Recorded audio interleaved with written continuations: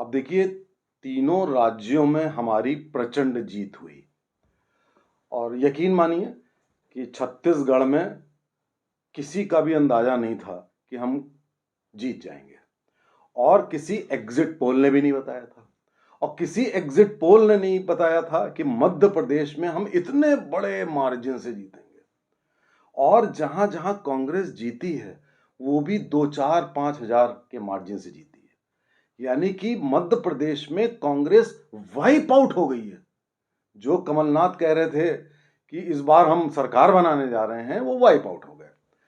राजस्थान में आपको याद होगा कि मैंने बहुत पहले कहा था, जब वो कन्हैया लाल का सर कलम हुआ था, सरकार चुपचाप चुप बैठी हुई थी। कोई कांग्रेस का नेता या विपक्ष का नेता ने एक शब्द नहीं बोला था। और एक और घटना हुई थी, एक मंदिर को तोड़ा गया था।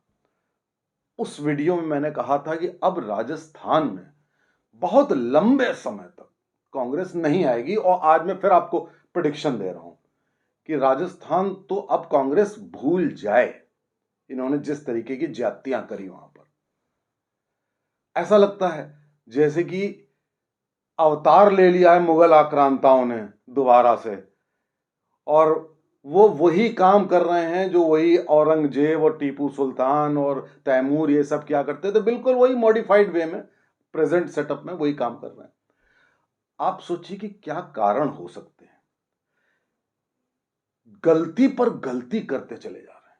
अब आप देखिए, राहुल गांधी हुए, अखिलेश यादव हुए, लालू यादव हुए, उनके बेटे हैं कौन, तेजस्वी यादव, और उधर आपके स्टैलिन और जितने भी साउथ के लोग हैं, उनका सबका एक एजेंडा है, एंटी सनातन, एंटी हिंदू। आप इनका विजन देखिए कि जिस देश में 80% हिंदू रहते हो, मैंने माना कि हिंदू सोया हुआ है, लेकिन उसके बावजूद 80 पर जाग रहा है। लेकिन थ्योरी इनकी देखिए, जैसे एक क्लास में एक लड़का फेल हो रहा हो बार बार और टीचर कहे कि भाई तुम ये आंसर इस तरीके से लिखोगे तो तुम्हें 0 मिलेगा। एग्जैक्टली वही गलती राहुल गांधी ब्रिगेड करती है, एग्जैक्टली वही गलती। आप मोहब्बत की दुकान खोलने चले थे भैया, 70 सालों से तुम इस देश से नफरत कर रहे हो, हिंदुओं से नफरत कर रहे हो। एक तुमने शब्द निकाला, हिंदुत्ववादी। अब ये शब्द तो मैंने पहली बार सुना। भाई, हिंदुइज्म है, हिंदुत्व है, हिंदुत्व वर्ड वीर सावरकर ने निकाला था। ये हिंदुत्ववादी, इनको देश से बाहर करना है। अब आप देखिए जरा, चाहे आप हिंदुइज्म कहें, चाहे हिंदुत्व कहें, हिंदुत्ववादी कहें, कुछ भी कहें, उनको देश से बाहर निकालना है। मोहब्बत की दुकान की यात्रा जहां जहां से निकली, वहां वहां कांग्रेस हार गई। इंपैक्ट देखिए इनका, क्योंकि आप उन्हीं लोगों से मिलते थे जो इस देश को गाली देते थे। यानी कि देश से नफरत करना और देश को गाली देना, ये आपका कंसेप्ट था मोहब्बत की दुकान का। अब उसके बाद आपको चुनाव जीतना है। अब आप पूछ रहे थे कि भारत माता कौन है। अब इनको कोई बताए कि तुम अपनी माता, हिंदू हर चीज को अपनी माता के रूप में लेता है, धरती को अपनी माता के रूप में, कोई हिंदुस्तानी नहीं।